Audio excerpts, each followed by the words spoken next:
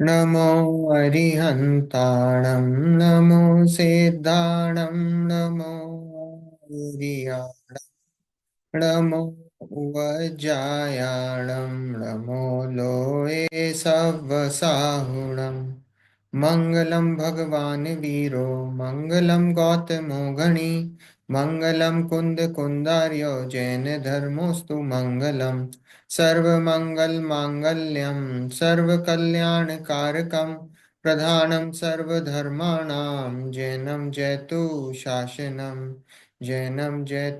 शासनम् अरिहंत सिद्ध सूरि उपाध्याय साधु सर्व अर्थ के प्रकाशी मांगलिक उपकारी हैं तिनको स्वरूप जान रागते भई जो भक्ति काय को न माए स्तुति को उचारी है धन्य धन्य तुम ही से काज सब आज भय कर जोर बारंबार वंदना हमारी है मंगल कल्याण सुख ऐसो हम चाहते हैं हो मेरी ऐसी दशा जैसी तुम धारी है हो मेरी ऐसी दशा जैसी तुम धारी है मंगल में मंगल करन वीतराग विज्ञान नमो ताहि जाते भय अरहंतादि महान करि मंगल करियो महाग्रंथ करण को काज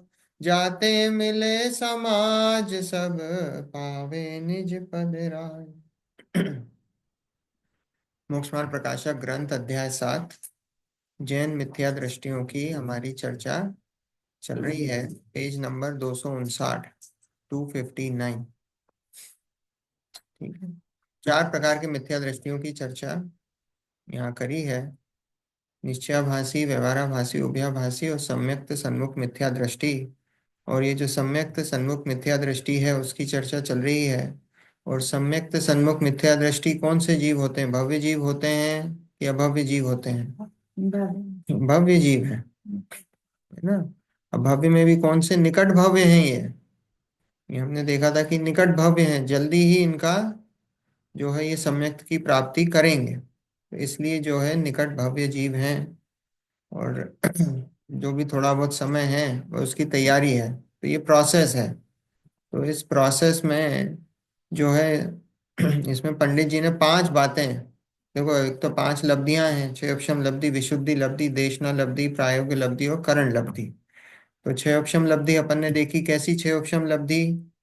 भी तत्व समझने की उसकी ऐसी बुद्धि हुई है। और वो किसको होती है? संगी पंचेंद्रिय को होती है। सभी संगी पंचेंद्रिय की होती है क्या? नहीं होती।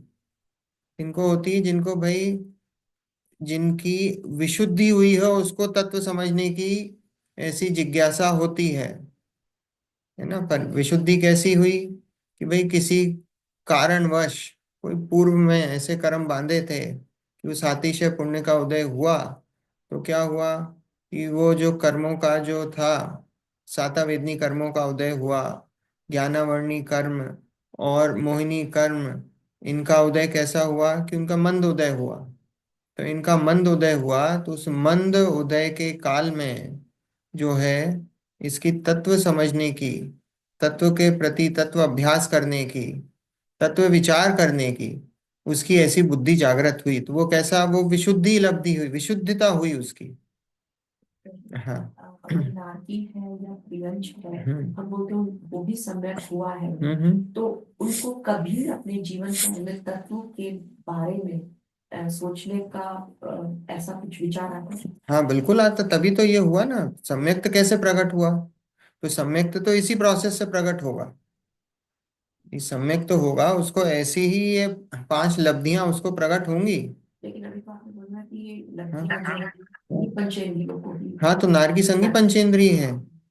जो त्रियंश भी हैं जिनको सम्यक दर्शन हुआ है वो सब संगी पंचेंद्रिय पूर्व है। संस्कार से है ना, पूर्व संस्कार से उसको देशना लब्धि लब्धि है हाँ, ऐसा। और पूर्व संस्कार से अभी देशना लब्धि की, अभी देखो इसमें आएगी अब देशना लब्धि की अभी बात। देशना लब्धि कैसी? कि भाई उपदेश हुआ, है ना। उपदेश हुआ तो उपदेश का भी ऐसा प्रोसेस है। अभी देखो 5 बातें हैं, उपदेश में भी ऐसी 5 बातें हैं। कौन सी? कि भाई सच्चे मोक्ष मार्ग के बारे में। उपदेश भी कैसा? उपदेश ऐसे ही नहीं कि अब कोई भी चलते फिरते कोई भी उपदेश दे रहे हैं, आजकल तो देने वाले तो बहुत हैं, पर यह सच्चे उपदेश की बात है। सच्चे उपदेश की बात है। तो सच्चे उपदेश में कौन सा है? कि भाई जिसने सच्चे मोक्ष मार्ग के बारे में बताया, देव गुरु धर्म के बारे में बताया, है ना। देव गुरु धर्म है, देव शास्त्र गुरु नहीं लिखा है, देव गुरु धर्म है, अपन ने देखा था, एक ही बात है। शास्त्र भी कहाँ से है? सब देवों ने बताए हैं, गुरुओं ने बताए हैं। तो देव गुरु धर्म के बारे में, 7 तत्वों के बारे में, है ना। पर और स्व और पर के बारे में जिसने बताया, भेदना। ठीक है। और हितकारी और अहितकारी, तो ऐसी 5 बातें यहाँ पे आई हैं। तो इसके बारे में कौन कौन सी 5 बातें लिख लो अभी, कुत्ती के पास है ना पेन, लिख लो। सत्य मोक्ष मार्ग, मोक्ष मार्ग, सच्चे मोक्ष मार्ग के बारे में, देव गुरु धर्म, देव गुरु धर्म, सात 7 तत्व, तत्व, सब भेदना। है ना, स्व और पर, और हितकारी और अहितकारी। ये कोर्स है, वास्तव में है ये एक एक एक प्रकार का ये कोर्स है। आपको सम्यक दर्शन प्राप्त करना है ना, तो सम्यक दर्शन प्राप्त करना है तो आपको ये 5 चीजें आपकी चेक करनी पड़ेंगी। ये ऐसा उपदेश होता है। और फिर ये जो उपदेश हुआ है, इस उपदेश पे आप अब परीक्षा करते हो। स्व और पर बोला, हित और अहित, ये दोनों सेम नहीं है। नहीं, अब ओवरलैप है, थोड़ा थोड़ा ओवरलैप है। जो स्व है वो मेरा है, वो हितकारी है ना। जो पर है वो अहितकारी है, हम उसको अपना मानते हैं। अब स्व और पर में देखो, ऐसा है कि हितकारी अहितकारी में तो ऐसा है कि कुछ चीज अच्छी या बुरी, ऐसी जैसे राग है वो मेरे लिए बुरा है। अब स्व और पर में, पर को पर जैसा जानो, उसमें हित अहित की कोई बात ही नहीं, बस पर है वो मैं नहीं हूँ, है ना। वो मैं नहीं हूँ, बस इतना सा है। जितना भी पर है वो जानने वाला ज्ञेय तत्व है, ठीक है। वापस बताओ। कहाँ पे अटकी हो तुम? सच्चे मोक्ष मार्ग के बारे में, देव गुरु धर्म। हाँ, 7 तत्व। 7 तत्व हुआ तीसरा नंबर, स्व और पर, है ना, और अहितकारी और अहितकारी। तो ये कोर्स, और इसी की फिर परीक्षा होती है। इसी की जो है परीक्षा कर रहे हैं। तो सारी हमको सारी सब चीजों की परीक्षा करनी है। वास्तव में सच्चा मोक्ष मार्ग क्या है? मोक्ष क्या है? सच्चे देव गुरु धर्म क्या है? 7 तत्व क्या है ना, स्व और पर क्या है, और फिर क्या मेरे लिए हितकारी और क्या है अहितकारी है। तो इन सब चीजों की परीक्षा होती है। तो वो क्या है? वो प्रायोगिक लब्धि में चला जाता है। वो एक अपेक्षा से प्रायोगिक लब्धि में चला जाता है। उपदेश हुआ, उपदेश के बाद आप उसकी परीक्षा करते हो, तो परीक्षा प्रयोग करते हो आप उसका परीक्षा से, क्योंकि भाव भाषण करते हो ना। भाव भाषण की बात आई है, तो भाव भाषण की कल इतनी चर्चा हुई थी अपनी। तो भाव भाषण क्या है? वो परीक्षा ही तो है। परीक्षा करके आप भाव भाषण करते हो, इसलिए इतनी उसकी बात है। परीक्षा करने की क्यों इतनी बात कही? भाई भाव भाषण हो, बात पक्की होती है, श्रद्धान में बैठती है, इसलिए वो उसकी इतनी इतनी चर्चा करी है। तो ये अपने 5 बिंदु हैं, ये ध्यान रखना। देखो आज अपन पेज नंबर 259, फिर वहीं से पढ़ते हैं। फिर वह कहता है यदि परीक्षा, है ना, वहां से क्वेश्चन पढ़ते हैं। फिर वह कहता है यदि परीक्षा अन्यथा हो जाए तो क्या करें। अब वो परीक्षा की बात चल रही थी कि भाई जिन वचन की परीक्षा करो, और परीक्षा करो, और बोले परीक्षा करो तो मान लो वो गलत हो जाए। यहाँ लिखा है जिन वचन और अपनी परीक्षा में समानता हो तब तो जाने कि सत्य परीक्षा हुई है। जब तक ऐसा ना हो तब तक जैसे कोई हिसाब करता है और उसकी विधि ना मिले तब तक अपनी चूक को ढूंढता है, उसी प्रकार ये अपनी परीक्षा में विचार किया करे। तो वो कल अपन ने देखा था कि जब तक वो मिले नहीं, जैसे अपन ने एग्जाम्पल देखा था कि लैब में अपने को पता है रिजल्ट ही आना चाहिए, और जब तक अपना वो रिजल्ट नहीं आए, जब तक क्या हो रहा है, वो ऐसा नहीं कि वो रिजल्ट गलत है, हम जो मेथड अप्लाई कर रहे हैं वो मेथड गलत है, या बीच में हमसे कोई गलती हो रही है कि जो एक्सपेक्टेड रिजल्ट है वो एक्सपेक्टेड रिजल्ट नहीं आ रहा है। तो यहाँ लिखा है कि जब तक वो समानता ना हो तब तक वो सत्य परीक्षा नहीं हुई है। तब तक उसकी परीक्षा करो, है ना। और जहां पे गड़बड़ हुई, जब विधि नहीं मिली, वो चूक को ढूंढो अपनी, है ना। उस प्रकार अपनी परीक्षा, उसी उसी प्रकार ये अपनी परीक्षा में विचार किया करें। इतनी तो कल हो गई थी अपनी चर्चा। देखो, तथा जो ज्ञेय तत्व हैं उनकी परीक्षा हो सके तो परीक्षा करें, नहीं तो ये अनुमान करें कि जो हेय उपादेय तत्व ही अन्यथा नहीं कहे, तो ज्ञेय तत्वों को और अन्यथा किस लिए कहेंगे। ये भी अपन ने कल देखा था कि भाई जो ज्ञेय तत्व हैं, सारे ज्ञेय तत्वों की परीक्षा नहीं हो सकती। देखा अपन, सुमेरु पर्वत है, उसकी कैसी परीक्षा करोगे। सर्वार सिद्धि के देव होते हैं, आप उनकी कैसे परीक्षा करोगे। नहीं कर सकते। सात नरक होते हैं, आप उनकी कैसे परीक्षा करोगे। नहीं कर सकते। तो ये सब ज्ञेय तत्व हैं, इनको आपको जानना ही पड़ेगा, आपको उनको विश्वास करना पड़ेगा। तो ये बोला कि परीक्षा करें, नहीं तो ये अनुमान करें कि जो हे उपादेय तत्व की अन्यथा, हे उपादेय तत्व ही अन्यथा नहीं कहे, तो ज्ञेय तत्वों को अन्यथा किस लिए कहेंगे। हमने ये परीक्षा कर ली कि जो हे और उपादेय तत्व हैं उनके बारे में किसी प्रकार की कोई झूठ बात नहीं कही है। तो फिर बोले ज्ञेय तत्वों से जिनसे कोई फायदा नुकसान नहीं है, उसके बारे में झूठ क्यों बोलेंगे, है ना। उसके बारे में झूठ नहीं बोलेंगे, क्यों बोलेंगे, उससे कोई फायदा नुकसान ही नहीं हो रहा है। उससे क्या फायदा नुकसान हो रहा है, इसलिए उस बारे में झूठ नहीं बोलेंगे। जैसे कोई प्रयोजन रूप कार्यों में झूठ नहीं बोलता, वह अप्रयोजन झूठ क्यों बोलेगा। इसलिए ज्ञेय तत्वों का स्वरूप परीक्षा द्वारा भी अथवा आज्ञा से जाने, यदि उनका यथार्थ भाव भाषित ना हो तो भी दोष नहीं है। तो बोले कि जो अप्रयोजन भूत में झूठ नहीं बोला, तो अप्रयोजन में झूठ क्यों बोलेंगे। और ज्ञेय तत्वों के का स्वरूप परीक्षा द्वारा भी अथवा आज्ञा से जाने, और उनका स्वरूप यथार्थ भी भाषित ना हो तो कोई दोष नहीं है ना। अब जैसे सम्यक दर्शन हुआ, अब सम्यक दर्शन हुआ तो ऐसा तो नहीं कि ज्ञान में कुछ, कोई एकदम से कोई ज्ञान बढ़ जाता है, क्षयोक्षम ज्ञान एकदम, वो जो ज्ञान तो वैसा का वैसा रहता है, कोई फर्क नहीं पड़ता है। अब उसके क्षयोक्षम ज्ञान में कुछ पहले से कुछ गलत है ज्ञेय तत्वों के बारे में, तो उससे उसके सम्यक दर्शन पे कोई दोष नहीं पड़ता है, उसके सम्यक दर्शन पे कोई दोष नहीं पड़ता। अब जैसे कोई त्रियंच है, अब त्रियंच को बहुत सारी चीजों का ज्ञान ही नहीं है, कल अपन ने देखा था ना। अपन ने तो इतना भी देखा था कि त्रियंच अभक्ष भी खा सकता है, खाता है। वो कौन सा पानी छान के पी रहा है कि जो जो खाने की जो वस्तु है वो देख के सोच के खा रहा है, ऐसा कोई चल रहा है क्या। नहीं है, ऐसा नहीं चलता है। तो ऐसा नहीं चलता है तो फिर उसको दोष नहीं है उसका, ऐसा कोई वो नहीं। दोष इन द सेंस, दोष तो लग रहा है, पाप तो लग रहा है, पर उससे सम्यक्त उसका घात नहीं हो रहा है, सम्यक्त का घात नहीं हो रहा है। ठीक है। ये जो तत्वों के बारे में तो गलत जानने से कोई फर्क नहीं पड़ रहा जो अभी आप एग्जाम्पल दे रहे थे है।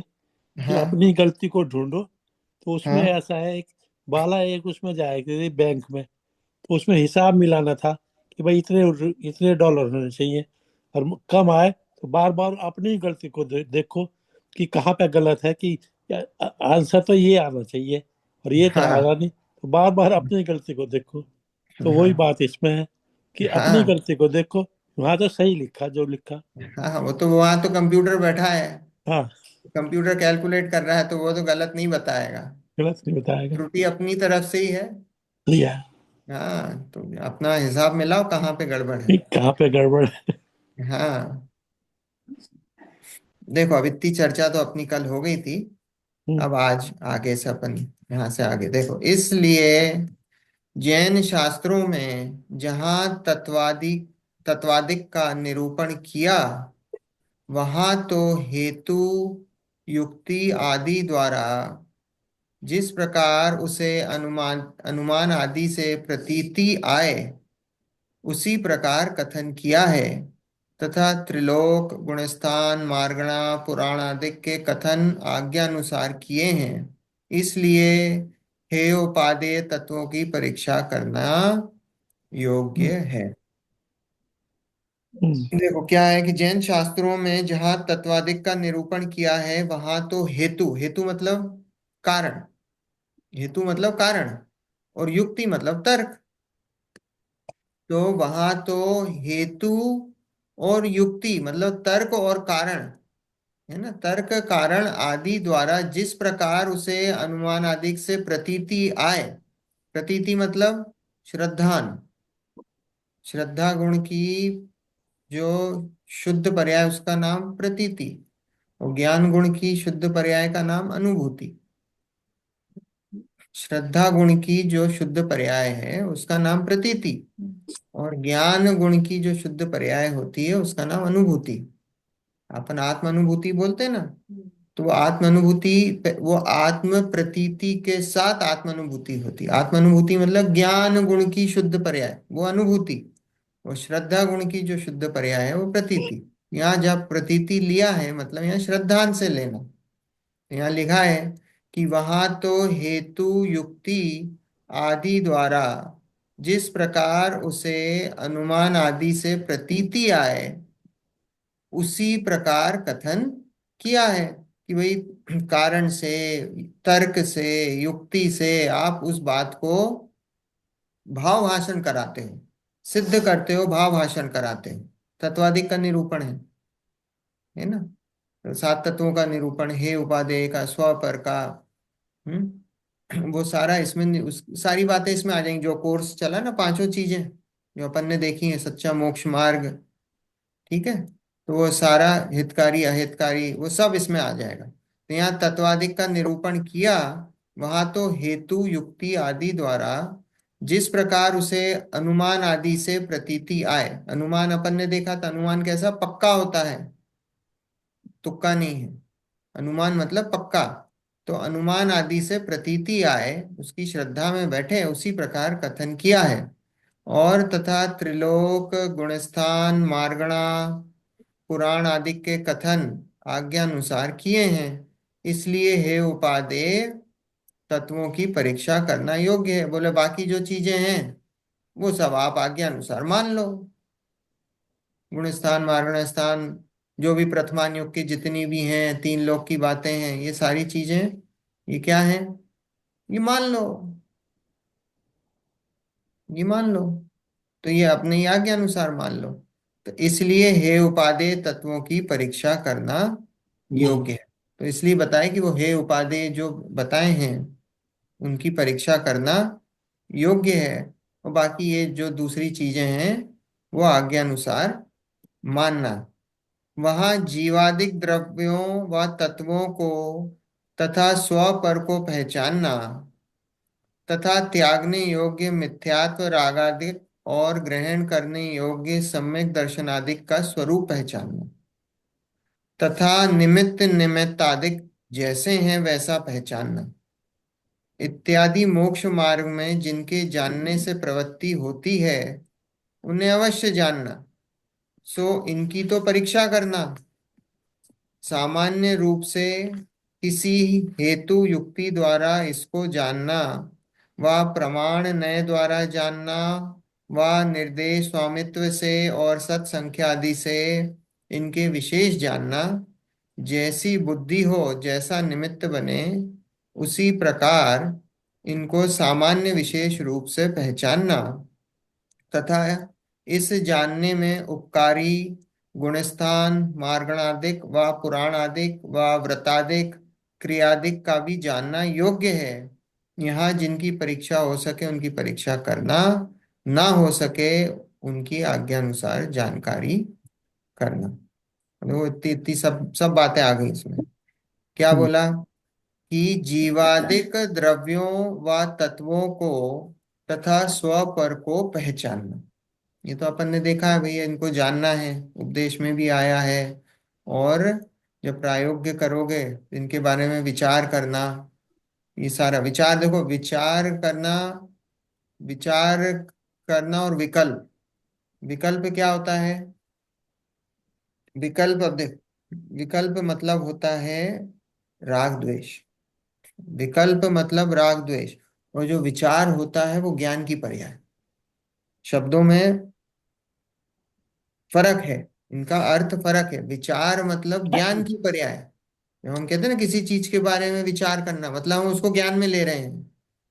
और जब हम विकल्प करते हैं तो विकल्प मतलब वो उसकी राग द्वेष की पर्याय हो जाती है। विकल्पात्मक दशा बोलते हैं ना, विकल्पात्मक दशा मतलब वो राग द्वेष हो गया।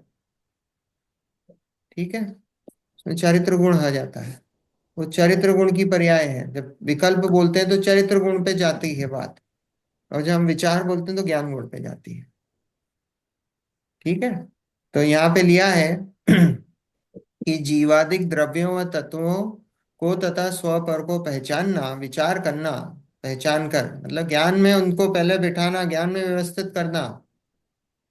ठीक है, तथा त्यागने योग्य मिथ्यात्व रागादिक और ग्रहण करने योग्य सम्यक दर्शन आदि का स्वरूप पहचानना। क्या त्यागने योग्य मिथ्यात्व रागादिक है? मिथ्यात्व रागादिक कैसे हैं? त्यागने योग्य हैं, तो वो त्यागने योग्य हैं। और ग्रहण करने योग्य जो सम्यक दर्शन आदिक हैं उनका स्वरूप पहचानना। उनका स्वरूप, सम्यक दर्शन क्या होता है, मिथ्यात्व क्या होता है, राग क्या होता है, कहाँ होता है, उसका त्याग कैसे किया जाता है ना। ऐसे छोड़ना थोड़ी कि जैसे आज हमने आलू छोड़ दिया तो वैसे आप राग को छोड़ सकते हो क्या? कोई ऐसी पर वस्तु थोड़ी है कि आपने कोई, जैसे आज मैंने आलू छोड़ा है, आज मैंने कोई चीज, ये चीज छोड़ दी है, रात्रि भोजन का त्याग कर दिया है, तो वैसे कोई राग का त्याग होता है क्या? नहीं होता है। लेकिन आपको कहते तो पर ही है। राग को कहते पर हैं, लेकिन पर क्यों कहा है? वो आत्मा का वो स्वरूप नहीं है। आत्मा में राग नामक कोई गुण नहीं है। आत्मा में जब राग नामक गुण नहीं है तो वो राग हो कहाँ से रहा है, उसका बेसिस क्या है? तो बोले वो राग का बेसिस राग ही है। वैसे तो राग का बेसिस वो चारित्र गुण की विकारी पर्याय है, पर जब हम उसको अपना नहीं मानते हैं, हम उसको अलग करना चाहते हैं, तो हम उसका बेसिस भी नहीं मानते हैं, अलग कर देना चाहते हैं। क्योंकि अभी हम बोल देंगे राग हमारा है, तो फिर अलग क्यों करोगे? वो तो कोई आपका ही नहीं हो सीख गया। पर तो हमको अलग करना है ना उसको, वो बीमारी है, तो उस अलग ही बीमारी है, को अलग करना है। करना है, अलग ही है। हाँ, अलग करना है। देखो अलग, अलग तो है, पर अलग कैसा अलग है कि भाई हो आत्मा में ही रहा है, कहीं वो अलग हम्म, वैक्यूम में नहीं हो रहा है। बराबर हो रहा है आत्मा में। वो आत्मा में ही रहा है, पर उसको अलग करना मतलब अपने को उसको अलग देखना, वो ज्ञान से अलग है। वो हम्म, उसका जो बेसिस है वो चरित्र गुण है, वो चरित्र गुण की विकारी पर्याय है। हम्म, वो विकार है। हम विकार को रखना चाहेंगे क्या? नहीं रखना चाहेंगे। तो हम जब विकार को नहीं रखना चाहेंगे तो हम उसको बोलेंगे वो हमसे अलग ही है, क्योंकि वो विकार है, हमारा स्वभाव नहीं है, वो विकार है। तो इसलिए हम जो है उसको वो उन ज्ञान चक्षुओं से अलग करते हैं कि नहीं, हमने जब देखा उसको कि वो हमारा विकार है, वो हमारा स्वभाव नहीं है, वो हम में एक बीमारी जैसा है। तो हमें उसको उसको जब हमने देखा ना कि वो हमारी बीमारी है और वो हमारा स्वभाव नहीं है, तो हमने उसको क्या करा, हमने उसको अलग ही देखा अब हमसे, आत्मा से, क्योंकि वो हमारा विकार है। आज हमारी बॉडी में बुखार हुआ, बैक्टीरिया आया, तो हमने क्या देखा कि भैया अभी तो वो बैक्टीरिया बॉडी में है, पर वो हमसे अलग है वो बैक्टीरिया। तो जब वो बैक्टीरिया अलग है हमसे, हमने उसको अलग देखा, तो वो अलग है, अलग हो गया उसी समय, अलग है वो हमसे। तो ऐसे ही जब राग को देखा हमने कि भाई वो राग है, उसका कोई बेसिस ही नहीं है, राग नामक कोई गुण ही नहीं है आत्मा में, उसका कोई बेसिस ही नहीं है, वो तो विकार है। तो वो विकार हो रहा है, तो विकार हो रहा है तो उसको अलग, जब हमने उसको देखा अलग, तो अलग हो गया वो। बस इतना सा मोक्ष मार्ग है। जब हमने उसको अलग देखा तो वो अलग हो गया और हम अलग हो गए, हम अलग हो गए, हमारी ज्ञान धारा शुरू हो गई।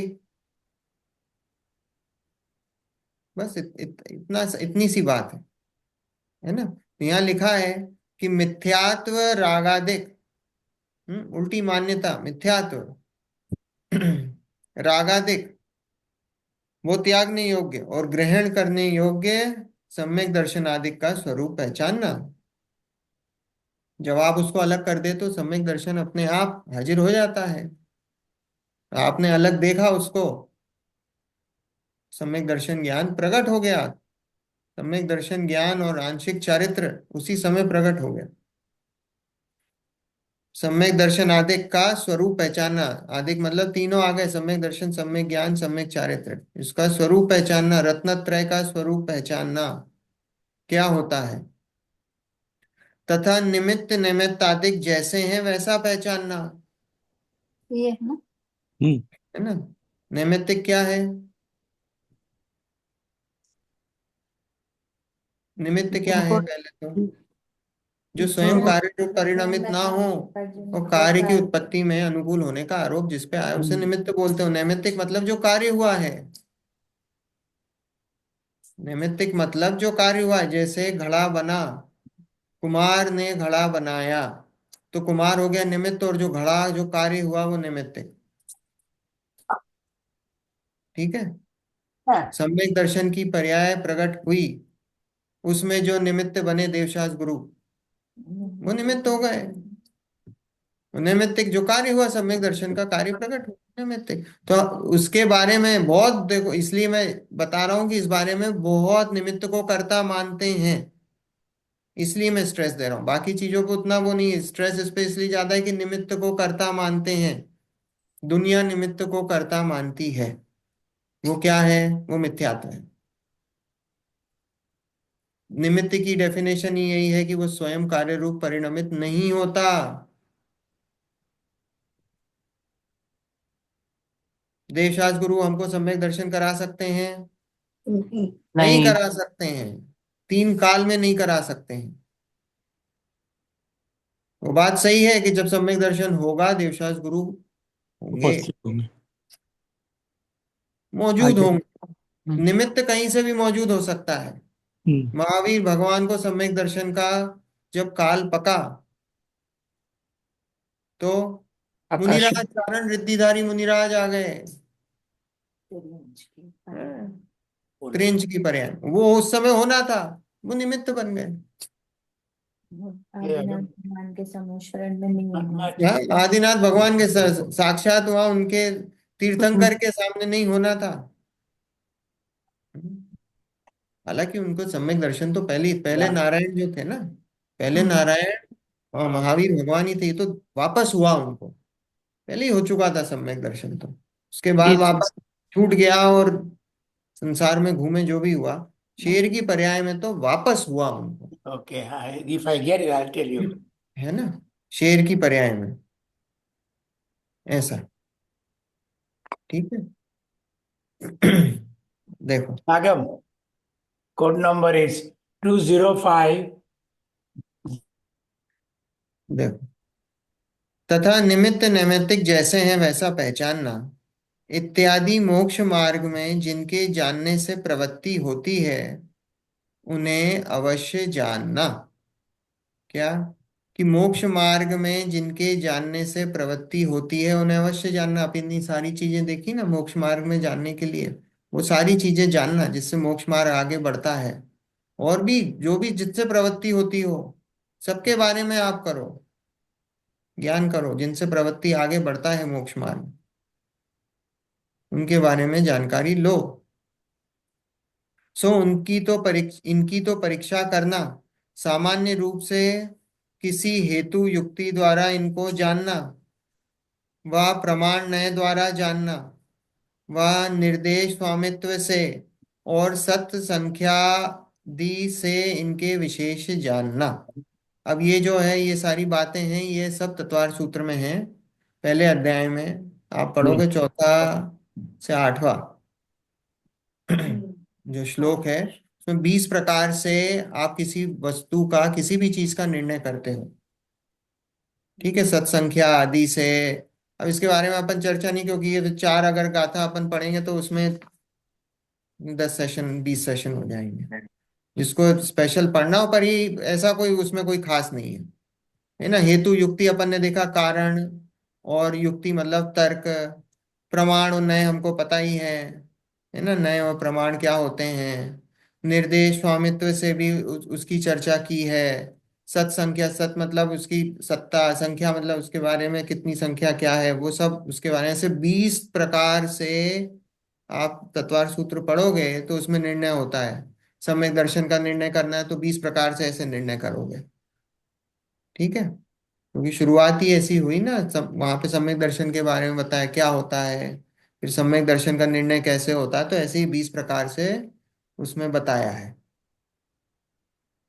ठीक है, वो उसमें उसमें विशेष चर्चा है। तो जैसी बुद्धि हो, जैसा निमित्त बने, उसी प्रकार इनको सामान्य विशेष रूप से पहचानना। हम्म? जैसी बुद्धि हो और जैसा निमित्त बने, तो उस प्रकार से सामान्य, क्या हुआ, थर्ड थर्ड लाइन, इस पेज पे थर्ड लाइन। 260 पे है ना।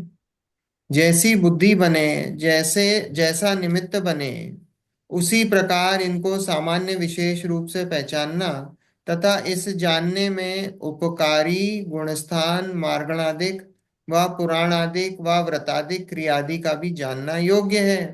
बोले जिस प्रकार आपका इसमें लिखा, जैसी बुद्धि हो, जैसा क्षयोक्षम हो, जैसा क्षयोक्षम हो और जैसा निमित्त बने। अब कई बार निमित्त अनुकूल नहीं होते हैं। कई बार ऐसा होता है कि भाई हमारी घर की परिस्थिति ऐसी हो, परिवार की परिस्थिति ऐसी हो, होता है ना, कि भाई हम स्वाध्याय नहीं कर पाते उतना, है ना, हम उतना नहीं कर पाते हैं। तो भाई जैसी निमित्त बने, जैसी बुद्धि हो। कई बार बुद्धि ऐसी होती है कि हम कितना ही पढ़ते हैं समझ में नहीं आता, क्षयोक्षम ज्ञान, शिवभूति मुनिराज थे, है ना, मारुष मातुष के अलावा समझ ही नहीं पाए। हम्म? तो जैसी बुद्धि बने, जैसा निमित्त बने, उसी प्रकार सामान्य विशेष रूप से पहचानना। कभी सामान्य, अगर सामान्य से बात चल जाए तो सामान्य, नहीं तो अभी हम स्वाध्याय क्यों करते हैं, हम विशेष जानने की कोशिश करते हैं। हम स्वाध्याय क्या कर रहे हैं, हम क्या कर रहे हैं, किसी विषय को विशेष जानने से क्या फायदा है कि उस विषय का खुलासा होता है, ज्ञान निर्मल होता है ना। क्या होता है, ज्ञान निर्मल होता है। स्वाध्याय के 5 अंग हैं, कौन कौन से हैं, वाचना, प्रचना, अनुप्रेक्षा, आमनाय और धर्मोपदेश। तो इसमें क्या है, इसमें जैसे जैसे आप आगे बढ़ते हो ज्ञान की निर्मलता बढ़ती जाती है, बढ़ती जाती ना। आप वाचना मतलब पढ़ रहे हो, प्रचना मतलब पूछना पूछ क्वेश्चन रहे हो, पूछ रहे हो, पूछना, अभी पढ़ा आपने फिर पूछा। अनुप्रेक्षा मतलब अपने विचार करा, विचार करा उसके बारे में। अभी कोई, हमने कोई सब्जेक्ट पढ़ा, उसके बारे में कुछ क्वेश्चंस पूछे, फिर हमने उसके बारे में, हम घर गए वापस विचार करा, प्रोसेस करा उसको, है ना। फिर उसके बाद आमना है मतलब फिर उसको याद करना, आमना है मतलब उसको याद करना। हम्म? और फिर धर्मोपदेश मतलब फिर उसके बारे में बताना। तो इससे निर्मलता बढ़ती है। धर्मोपदेश से क्या होता है, और धर्मोपदेश से और निर्मलता बढ़ती है। क्यों? क्योंकि आज देखो मैं पढ़ा रहा हूं, तो मैं पढ़ाता हूं तो मेरा ज्ञान भी निर्मल होता है। और क्यों? क्योंकि मेरा भी विषय खुलता है, मेरा भी स्वार्थ है। और ज्यादा को ज्ञान हाँ, प्राप्त हो रहा है। है ना। तो मैं, ठीक है, मेरे को समय उतना नहीं मिल पाता, मैं नहीं, पर फिर भी जब पढ़ाता हूँ, जब मैं उसके बारे में अभी विचार करता हूँ, तो क्या होता है, ज्ञान निर्मल होता है, ज्ञान निर्मल होता है, उसके बारे में विचार करता हूँ। भले ही मैं अभी 15 मिनट पहले लेके मैं वो शास्त्र खोलता हूँ, एक बार पढ़ता हूँ कि आज एक बार क्या देखना है ना, एक चेन ऑफ थॉट्स बनती है, क्या है, कैसा क्या लेना है विषय। तो क्या होता है, ज्ञान उससे निर्मल होता है ना। तो इसलिए वो, इसमें ज्ञान की निर्मलता है आगे आगे, कि वाचने से, प्रचने से, फिर अनुप्रेक्षा से, आमना से, और फिर धर्मोपदेश से। तो इन सब में ऐसी ऐसी निर्मलता है। विशेष जानने से ज्ञान में निर्मलता आती है, विषय खुलता है।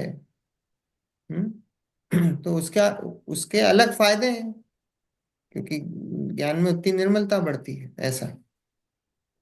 तथा इस जानने में उपकारी गुणस्थान मार्गणादिक व पुराणादिक व व्रतादिक क्रियादिक का भी जानना योग्य है। अब ये सभी ज्ञेय तत्व हैं, गुणस्थान है, मार्गणा, इनसे भी क्या है, ज्ञान क्या होता है, वो खुलता है।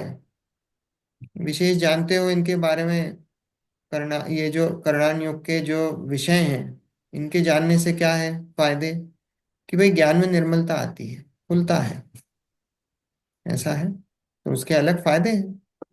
श्रद्धान भी दृढ़ होता है।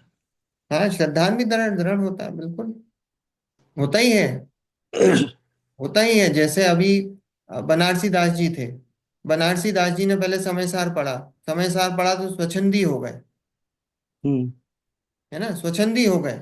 और फिर जब उन्होंने, किसी ने गुणस्थान विवेक गुणस्थान दी, तो जब गुणस्थान के बारे में बताया उनको, तो उनने गुणस्थान पढ़ा तो वो सारा स्वच्छंदी बना छूट गया, तो उसका अलग फायदा है। वो तो कैसे स्वच्छंदी, आत्मा तो ना खाता है ना पीता है, ना स्वच्छंदी हो गए सब, भोग विलासता में लग रहे हैं, और बोले आत्मा तो कुछ करता ही नहीं है। और फिर जैसे ही गुणस्थान मिला, पता पड़ा कि भाई क्या क्या जीवों को ऐसी स्थिति बनती, क्या होता है, आंखें खुल गई, हम्म उसका अलग फायदा है। तो इसलिए हर, ऐसा नहीं है कि इनके भी फायदे हैं, ऐसा नहीं है, भले ही ये हैं पर फायदे हैं। तो इसलिए ज्ञान की निर्मलता विशेष करने के लिए ये भी पढ़ने योग्य है, जानने योग्य है। और फिर लिखा व्रताधिक क्रियादिक का भी जानना योग्य है। क्यों? क्योंकि भाई इनसे भी परिणामों में निर्मलता आती है। व्रताधिक करते हो, संयम पालते हो, तो क्या होता है, कषाय मंद होती है। और कषाय मंद होती है तो क्या होता है कि भाई उन मंद कषाय के परिणाम से ऐसा होता है कि जीव हो सकता है कि अपनी आत्मा की तरफ जाए, आगे बढ़े उस काल में। इसलिए उन सबके फायदे हैं। हम्म देख, यहाँ जिनकी परीक्षा हो सके उनकी परीक्षा करना, और ना हो सके उनकी आज्ञानुसार जानकारी करना। इस प्रकार इस जानने के अर्थ कभी स्वयं ही विचार करता है, कभी शास्त्र पढ़ता है। अब देखो यहाँ विचार है ना, विचार मतलब ज्ञान लेना, ज्ञान में उसको फिट बिठाना। विचार मतलब ज्ञान में उसको फिट बिठाता है कि विचार करता है, कभी शास्त्र पढ़ता है, कभी सुनता है, कभी अभ्यास करता है, कभी प्रश्नोत्तर करता है। ये देखो, ये सब क्या चीजें चल रही हैं, ये स्वाध्याय के अंग चल रहे हैं, हम्म ये सब स्वाध्याय के अंग चल रहे हैं, चल रहे हाँ, हैं ना। हम्म श्री शास्त्र पढ़ता है, सुनता है, अभ्यास करता है, हम्म प्रश्नोत्तर करता है, इत्यादि रूप प्रवर्तता है। अपना कार्य करने का इसको हर्ष बहुत है, इसलिए अंतरंग प्रीति से उसका साधन करता है। उसको क्या है कि स्वाध्याय में, देखो स्वाध्याय एक ऐसी चीज है, जो श्रावक है उसके षट आवश्यक हैं, उनमें स्वाध्याय है ना। देव पूजा, एक गुरु उपासना, स्वाध्याय, संयम, तप और दान। अब मुनिराजों के षट आवश्यक कौन से हैं? समता, वंदना, स्तुति, स्वाध्याय, प्रतिक्रमण, कायोत्सर्ग। दोनों के जो षट आवश्यक है उनमें स्वाध्याय कॉमन है, बाकी देख लो आप, और कुछ भी कॉमन नहीं है। हम्म तो इसलिए स्वाध्याय बहुत ऊपर है। मुनि हो चाहे श्रावक हो, दोनों को स्वाध्याय बताया गया है। इसलिए स्वाध्याय की बहुत उपयोगिता है भाई। स्वाध्याय को सबसे बड़ा तप भी कहा है ना। तप, अंतरंग तप में स्वाध्याय बड़ा तप है। तो इसलिए स्वाध्याय की उपयोगिता बहुत है, क्योंकि स्वाध्याय करते हो जब, ये जब लब्धियां होती हैं, तो वो लब्धि कैसे है कि वो स्वाध्याय, वो जब वो जाएगा ना प्रायोगिक लब्धि, तो प्रायोगिक लब्धि में विचार क्या करेगा, कुछ पढ़ा होगा उसने, कुछ ध्यान आएगा तो ही तो विचार करेगा ना, सुना होगा तो ही तो होगा ना। सुनना भी स्वाध्याय है ना। सुनना है, हम प्रवचन सुन रहे हैं, सुनना भी स्वाध्याय है ना। तो वो भगवती सुना आराधना होगा में है। भगवती आराधना में आचार्य ने समाधि मरण को स्वाध्याय मरण बोला है। वहां हाँ। इतनी महिमा गाई गई है स्वाध्याय हम्म। की। स्वाध्याय की तो इतनी ही महिमा है, सही में वास्तव में स्वाध्याय की बहुत महिमा है, बहुत महिमा है। क्योंकि स्वाध्याय का नाम ही है स्व का अध्ययन करना,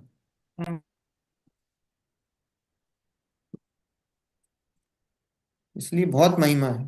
तो इसलिए स्वाध्याय कभी करा होगा, इसलिए अभी करा है, और मान लो कभी ऐसी स्थिति बने आगे भी, भविष्य में, और जो बात सुनी हो, कान में पड़ी हो, तो वो ध्यान आ जाए, मरने मरते समय ध्यान आ जाए, अगले भवों में ध्यान आ जाए, नरक में कैसा होता है, हम्म। सम्यक दर्शन कैसे होता है ना। अब यहाँ आगे चर्चा आएगी निसर्गज और अधिगमज, दो प्रकार के सम्यक दर्शन की बताएंगे अभी। निसर्गज कैसे होता है, तो वो कैसे होता है कि वो पहले का याद आ जाता है।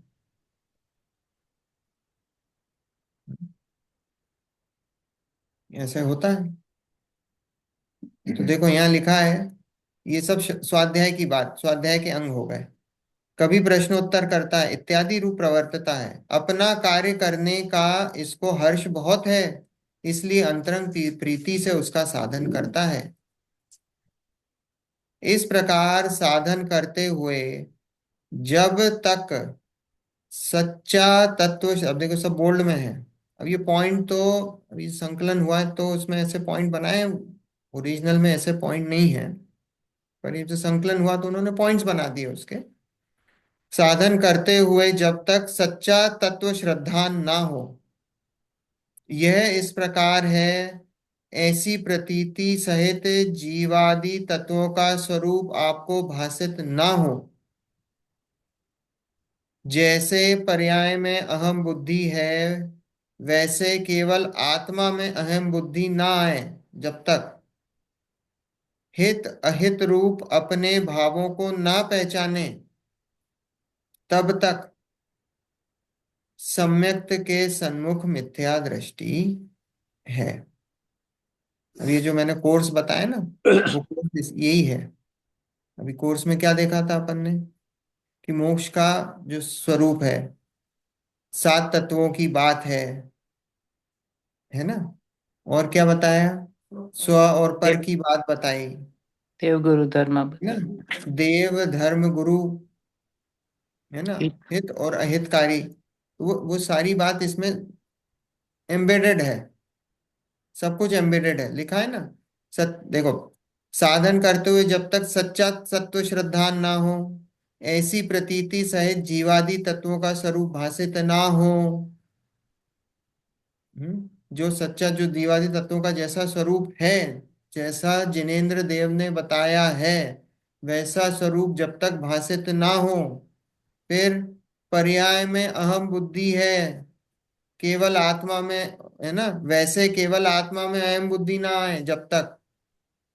ये बहुत इंपॉर्टेंट है, पर्याय में अहम बुद्धि है। अपनी कल चर्चा हुई थी, किस बारे में हुई थी, कि अपने को, हमको क्यों आता है गुस्सा, क्यों आता है, हमारे परिणाम क्यों नहीं टिकते हैं। तो देखा, क्योंकि हम वर्तमान पर्याय में अपने आप को उसमें अहम बुद्धि करते हैं, उस वर्तमान पर्याय से हम अपने आप को मानते हैं। अपनी सत्ता उस वर्तमान पर्याय के थ्रू मानते हैं, कि मेरी सत्ता क्या इस वर्तमान पर्याय में है। इसलिए हमारे सारे वो बातें, परिणाम ऊपर नीचे होते हैं, क्योंकि हम अपने अपने को उस वर्तमान पर्याय से तौलते हैं। तो पर्याय में अहम बुद्धि है, वैसे केवल आत्मा में अहम बुद्धि ना है। बहुत ही बहुत, इसमें तो बहुत गहरा अर्थ है। पूरी गलतियां ही ऐसी चल रही हैं कि हम वर्तमान पर्याय में अपने आप को, अपना अपना अस्तित्व ही उस वर्तमान पर्याय से मानते हैं। मानते हैं कि बस। पूरा अस्तित्व हमारा क्या है, शरीर से है। हम्म। हाँ, शरीर और उससे लगे हुए जितने भी संयोग हैं, उससे अपने आप का अपना अस्तित्व मानते हैं। शरीर से है, शरीर से ही वो सारे संयोग का जुड़ाव है, शरीर से ही बस अपना अस्तित्व मानते हैं, वो वर्तमान पर्याय।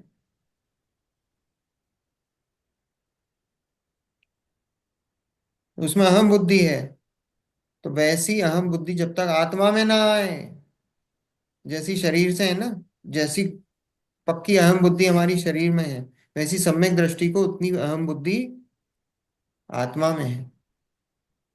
हमको बताना नहीं पड़ता कि शरीर मेरा है। अभी कोई थप्पड़ मार दे तो कैसा लगता है, भाई मुझे ही पड़ा है। तो बताना पड़ता है कि भाई नहीं, नहीं, ये तेरे को पड़ा है थप्पड़, बताना नहीं पड़ता, मुझे ही पड़ा है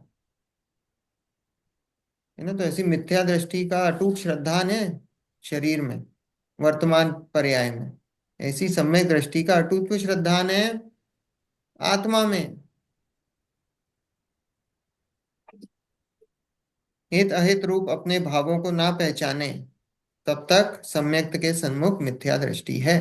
हित हित अहित रूप राग द्वेष है, मिथ्यात्व भाव है, आश्रव है, वो क्या है, अहित रूप है। संवर निर्जरा के जो परिणाम हैं वो क्या है, हित रूप है। जब तक वो उन भावों को ना पहचाने तब तक क्या है, तब तक सम्यक्त के सन्मुख मिथ्या दृष्टि है।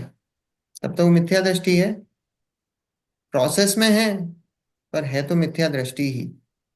सम्यक दृष्टि नहीं हुआ। सम्यक दृष्टि हो गया तो फिर चर्चा ही नहीं है, सम्यक दर्शन कार्य हो गया, है ना। ये जीव थोड़े ही काल में सम्यक्त को प्राप्त होगा, इसी भाव में या अन्य पर्याय में सम्यक्त को प्राप्त करेगा। इस भाव में होगा या आने वाली कुछ पर्यायों में सम्यक्त को प्राप्त करेगा। इस भाव में अभ्यास करके परलोक में त्रियंचादि गति में भी जाए तो वहां संस्कार के बल से देव गुरु शास्त्र के निमित्त बिना भी सम्यक्त हो जाए, क्योंकि ऐसे अभ्यास के बल से मिथ्यात्व कर्म का अनुभागहीन होता है। जहां तक उसका उदय ना हो वहीं सम्यक्त हो जाता है। देखो क्या है, अब बोलते हैं संस्कार की बात कि साहब संस्कार लेके जाते हो। जैन धर्म में वैसे तो कहीं संस्कार की ऐसी कोई बात है नहीं। सब संस्कार क्या है, कोई संस्कार नामक, क्योंकि एक एक पर्याय अपने आप में स्वतंत्र है। ये भी ऐसा व्यवहार का कथन है, ऐसा बोलने में आता है। एक एक पर्याय स्वतंत्र है। भूतकाल की पर्याय का आगामी पर्याय से कुछ लेना देना नहीं है, वर्तमान की पर्याय का भविष्य की पर्याय से कोई लेना देना नहीं है। अभाव है ना ये, तो अभाव है। पर यहाँ ऐसा व्यवहार से ऐसा कहने में आता है कर्मों के, क्योंकि निमित्त निमित्तिक संबंध है ऐसा कर्मों का और उनका, सब सब बातों से। यहाँ लिखा है कि इस भाव में अभ्यास करके परलोक में त्रियंच आदि गति भी जाए। त्रियंच आदि मतलब त्रियंचो नरक गति भी जाए, त्रियंच आदि है ना। तो वहां त्रियंच आदि गति भी जाए तो वहां संस्कार के बल से देव गुरु शास्त्र के निमित्त बिना भी सम्यक्त तो हो जाए। वहां क्या है, नरक गति में क्या आपको देव गुरु शास्त्र मिलेंगे? ना। नहीं नहीं। मिलेंगे, नहीं मिलेंगे। हर किसी को थोड़ी सीता जी का जीव संबोधन करने जाता है ना। यहाँ लिखा है देव गुरु शास्त्र के बिना भी सम्यक तो हो जाए, तो कैसे होता है? क्योंकि भैया ये पूर्व का कोई संस्कार था और पूर्व का संस्कार, पूर्व के परिणाम कुछ आ गए ख्याल में। तो वो फिर निमित्त नैमित्तिक संबंध ही हुआ। हाँ, निमित्त नैमित्तिक संबंध हुआ। संस्कार वो तो उस समय उस जीव को सम्यक दर्शन होना था। अब निमित्त क्या बनेगा? अपूर्व के संस्कार। कृपाणु देव श्रीमद राजचंद्र को भी ऐसा हुआ था ना कि उसको हाँ, देव गुरु कुछ हो नहीं, लेकिन पूर्व का जाति जाति स्मरण, स्मरण ध्यान में आ जाति गया तो स्मरण हुआ। हाँ, जाति स्मरण हुआ, जाति स्मरण हुआ, जाति स्मरण हो तब नरक गति और त्रिंच गति में क्या होता है? यही होता है, जाति स्मरण होता है त्रिंच गति में, हो जाता है। पुराना कुछ याद आ जाए, सम्यक दर्शन जरूरी नहीं है हो जाए, वो तो उसकी ऐसी काल लब्धि पक जाए और वो बातें ख्याल में आ जाएं। तो हो भी जाए, इसकी होनहार अच्छी हो, भली हो, तो हो जाए। जब नर्क और यज्ञ का तीनों हो सकता है तो पंच इंद्रिय है, मनुष्य है, जिसके पास सब साधन है, तो उसे क्यों नहीं करा? तो बोलिए ना, उसकी होनहार नहीं हुई है अभी, ना है, तो फिर सारे निमित्त मौजूद हो जाएंगे, हाजिर हो जाएंगे। और नहीं होना है तो आप आदिनाथ के पोते भी बन जाओगे तो भी नहीं होगा। ऐसा है ना। वो तो पांचों समवाय मिलने चाहिए, मिल जाते हैं, वो कहलाने में आते हैं। वो होनहार है उसकी, उस समय योग्यता है, उपादान भी है, वैसे ही काम करता है, वैसे ही निमित्त मिलते हैं, वैसे ही सब कुछ होता है। काल अवधि पक्की है। जिस भी किसी को मुख्य करके बोलोगे तो इसके कारण हुआ, इसके कारण हुआ, उसके कारण हुआ, निमित्त को मुख्य, निमित्त के कारण हुआ, काल अवधि मुख्य, उसकी काल अवधि पक्की, उसकी होनहार ऐसी होनी थी, उसका उपादान जाग गया। तो वो सारी चीजें किसी के भी एक मुख्य करके बोल दो तो बोल दो, पर वो ऐसा है ना। तो देखो, क्योंकि ऐसे अभ्यास के बल से मिथ्यात्व कर्म का अनुभागहीन होता है। किससे? ये जो अभ्यास कर रहे हैं ना अपन, स्वाध्याय। ये जो तत्वाभ्यास हो रहा है, इससे क्या हो रहा है? ये मिथ्यात्व ढीला पड़ता है। तो अध्याय को कम मत आंको। इस अभ्यास से क्या हो रहा है? मिथ्यात्व कर्म ढीला पड़ता है। मिथ्यात्व कर्म की कितनी 70 कोड़ा कोड़ी सागर कितना बंधता है, स्थिति कितनी है? 70 70। कोड़ा कोड़ी सागर तक की स्थिति बन सकती है मिथ्यात्व कर्म की। 70 करोड़ टाइम 70 करोड़ सागर। आज जो बांधा मिथ्यात्व कर्म, उसका उदय कब आएगा? आ सकता है मैक्सिमम 70 करोड़ टाइम 70 करोड़ सागर। ओ गॉड। है ना, इतना। कभी अपन सोचते हैं कभी ये हमारी इन कर्मों का उदय आ रहा, हमने ऐसे तो क्या करा, ये करा, वो कभी, ये अब पता नहीं कब बांधा होगा। हम्म। कितने अरबों खरबों सालों पहले कभी कुछ बांधा, उसका उदय आ सकता है। ऐसा हो सकता है कि एक बार अगर उदय आ गया है तो वो खत्म ही ना हो इसके एक भाव में। उस हाँ, तो हो सकता है। उस भाव में तो क्या है कि अब वो कर्मों का उदय आया है। ऐसा कोई जरूरी नहीं है कि कुछ, हो सकता है कि कुछ उसके, जैसे इतना बड़ा कर्म बांधा, इतने सारे एक बार में बांधे, हो सकता है कुछ उसमें से उदय में अभी आए, कुछ बाद में आए। और कुछ हो उदय सकता है में आने में कुछ और बन कर्मों जाए। की उदीर्णा हो जाए, जल्दी आ जाए। कुछ कर्म परमाणु उसके बाद में आए, उसका फल बाद में आए। क्या और बोले? नए भी तो बन सकते हैं। नए तो बंद ही रहे ना, हाँ। कांस्टेंट। या। नए तो कांस्टेंट बंद ही रहे हैं। हम्म। यहाँ क्या बोला है कि मिथ्यात्व कर्म का अनुभागहीन होता है। हम्म। जब सम्यक दर्शन होता है तो वो जो 70 कोड़ा कोड़ी सागर का जो होता है ना, हम्म। उसका, उसकी स्थिति कितनी हो जाती है? अंतः कोड़ा कोड़ी सागर। अंतः कोड़ा कोड़ी सागर मतलब 1 कोड़ा कोड़ी सागर से कम। हम्म। उन कर्मों की, जो मिथ्यात्व कर्म है, उनकी स्थिति कितनी हो जाती है? अंतः कोड़ा कोड़ी सागर। जब जीव करण लब्धि में पहुंचता है तो अंतः कोड़ा कोड़ी सागर स्थिति कर देता है उन कर्मों की।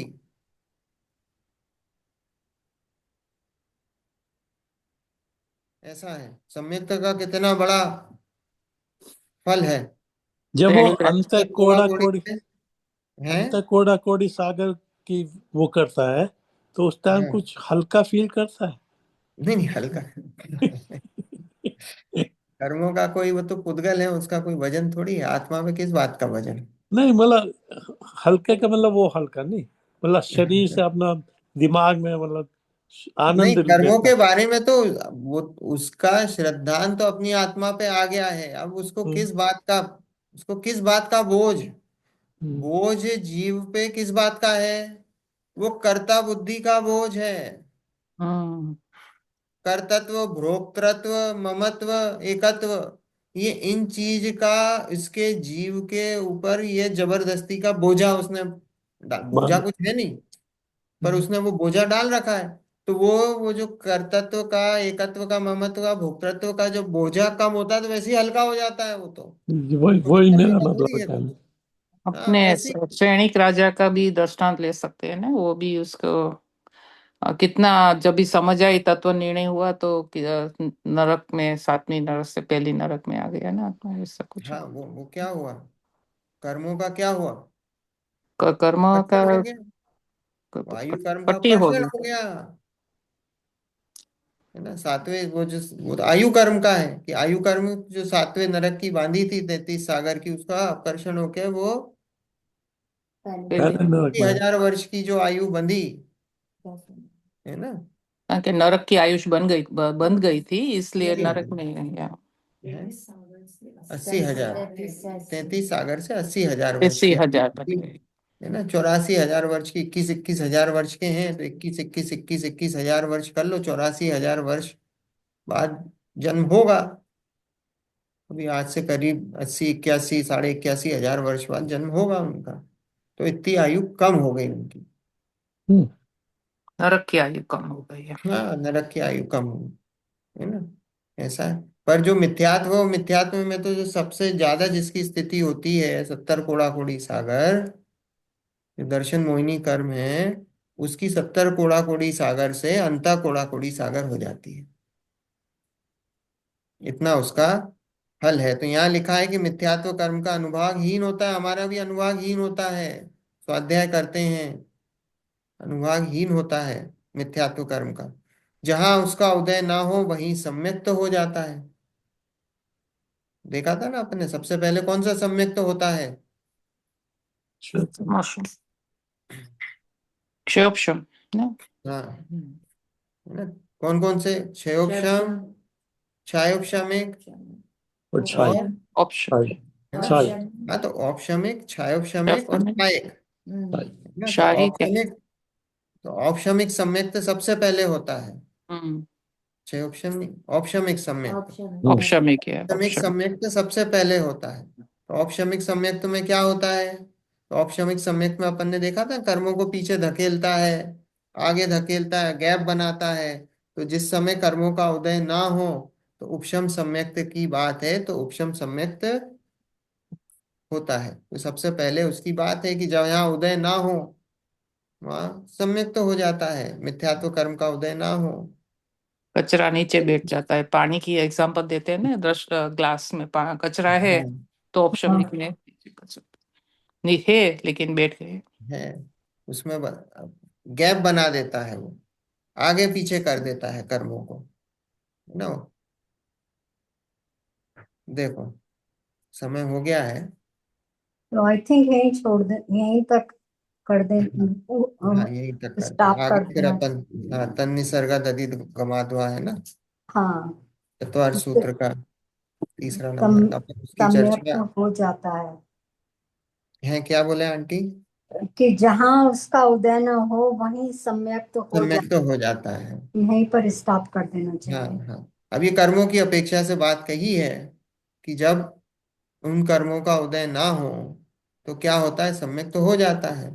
और जब उदय होता है, देखो नरक में तो होता है, अपन ने देखा जब औपशमिक सम्यक, नरक में अधिकतर क्षयोपशमिक सम्यक तो होता है। नरक में अधिकतर क्षयोपशमिक सम्यक तो होता है, त्रियंच गति में भी अधिकतर क्षयोपशमिक सम्यक तो होता है। उन जीवों को होता है जिनको ऑलरेडी सम्यक तो हो चुका है, और वो फिर वापस या नरक में चले गए, त्रियंच चले गए हैं, उनको। नया जो औपशमिक होता है वो कम होता है, हो सकता है पर उसकी तादाद कम है, नवीन जो सम्यक ग्रहण करते हैं। ठीक है। हम्म। चलो, जिनवाणी स्तुति। निज निधि निज में बताई, यह अनंत उपकार है, उसके उसके लिए लिए जिन जिन वाणी को वाणियों को वंदना वंदना शतबार शतबार है, है, वंदना वंदना शतबार शतबार है, है, वंदना शतबार शतबार है। है।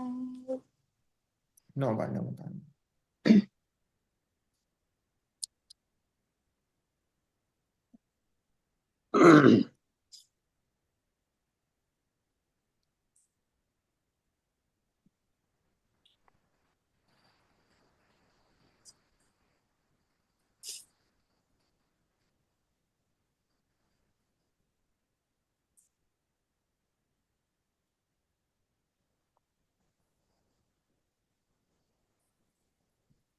जय जिनेन्द्र। जय जिनेन्द्र।